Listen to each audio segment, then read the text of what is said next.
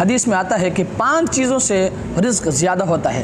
آج ہر شخص پریشان ہے اور ہر شخص کی یہ خواہش ہے کہ میرا رزق زیادہ ہو، میرے پاس مال و دولت آ جائے۔ تو یاد رکھیں، آپ ان 5 چیزوں پر عمل کریں، اللہ تبارک و تعالیٰ آپ کے رزق کو بڑھا دیں گے۔ نمبر 1، صدقے پر مداومت کرنا، یعنی ہمیشہ اللہ تبارک و تعالیٰ کے راستے میں صدقہ کرنا۔ صدقے کا یہ مطلب ہرگز نہیں ہے کہ آپ 1000، 1500، 2000، 5000 اللہ کے راستے میں خرچ کریں، نہیں، بلکہ جتنا آپ کا بس چلتا ہے نا، آپ اپنے بس کے مطابق اللہ تبارک و تعالیٰ کے راستے میں خرچ کریں۔ نمبر 2، صلہ رحمی کرنا، ہر ایک کے ساتھ اچھائی کا معاملہ کرنا۔ اور نمبر 3، جہاد فی سبیل اللہ کے راستے میں جہاد کرنا۔ اور نمبر 4، ہمیشہ باوضو رہنا۔ یاد رکھیں، جو شخص ہمیشہ باوضو رہتا ہے نا، اللہ تبارک و تعالیٰ اس کے رزق کو بڑھا دیتے ہیں۔